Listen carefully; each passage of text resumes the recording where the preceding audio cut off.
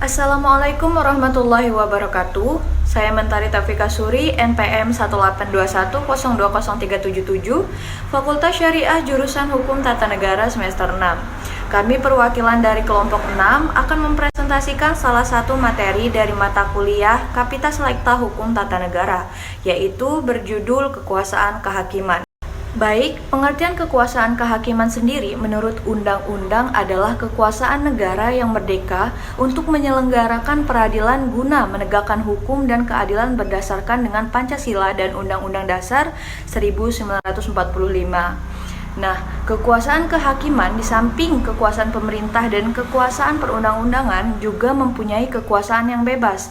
Bebas di sini bukan berarti kekuasaan kehakiman bisa dilakukan dengan sebebas-bebasnya tanpa rambu-rambu pengawasan. Tetapi dalam aspek beracara di pengadilan dikenal dengan adanya asas umum untuk berperkara yang baik atau General Principles of Proper Justice, dan juga peraturan-peraturan yang bersifat prosedural atau hukum acara yang membuka kemungkinan diajukannya upaya hukum.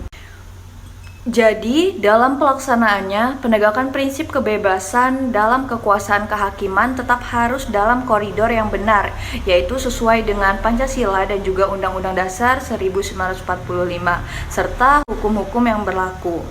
Nah, apabila kekuasaan kehakiman dalam suatu negara telah berada di bawah pengaruh kekuasaan lainnya, maka dapat dipastikan bahwa negara tersebut tidak menjunjung tinggi prinsip-prinsip negara hukum dan demokrasi.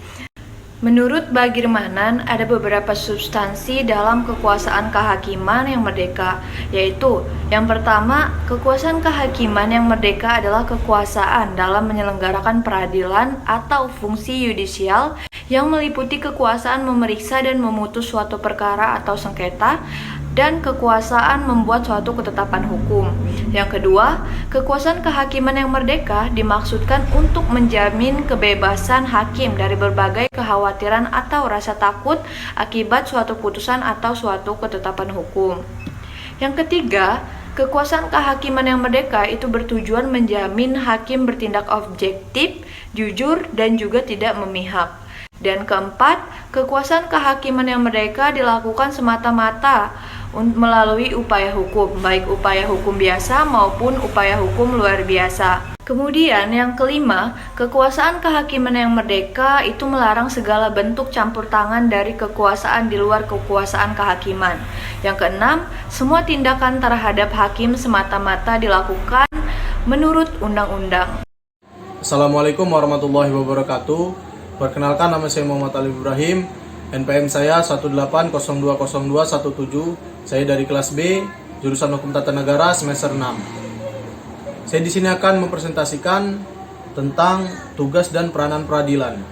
Apabila terjadi pelanggaran hukum, baik pelanggaran hak seseorang maupun kepentingan umum, maka diperlukan suatu upaya perlindungan dan penyelesaian yang berhak memberikan perlindungan dan penyelesaian itu adalah negara.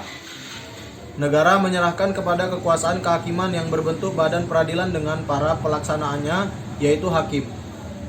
Pengadilan dilarang menolak untuk memeriksa, mengadili, dan memutus suatu perkara dengan dalih tidak ada atau tidak jelas dasar hukumnya, atau sebaliknya, pengadilan wajib untuk memeriksa dan mengadilinya. Kehidupan masyarakat yang selalu berkembang dan dinamis mengharuskan hukum untuk dapat relevan, diberlakukan, serta tetap berdaya guna mengontrol dan melindungi keamanan dan ketertiban masyarakat. Sementara pembuatan peraturan perundang-undangan harus melalui mekanisme khusus dan terkadang membutuhkan waktu yang tidak sebentar. Berhubung oleh karena itu, pembentukan hukum tidak hanya digantungkan pada para pembuat peraturan perundang-undangan saja, melainkan juga kepada para hakim atau pengadilan diharapkan supaya melakukan sesuatu pembentukan hukum melalui putusannya. Definisi dalam uraian di atas biasanya juga sering dikenal dengan istilah penemuan hukum oleh hakim, yang mana putusan tersebut dapat dijadikan jurisprudensi oleh hakim lainnya. Dari uraian di atas dapat disimpulkan bahwa peranan penting pengadilan atau hakim yaitu berkaitan dalam menyelesaikan suatu perkara dengan seadil-adilnya, menegakkan hukum serta membentuk hukum atau melakukan penemuan hukum. Ya, sekian dari saya. Apabila ada kesalahan, saya mohon maaf, kepada Allah saya mohon ampun. Terima kasih. Wabillahi taufiq wal hidayah. Wassalamualaikum warahmatullahi wabarakatuh.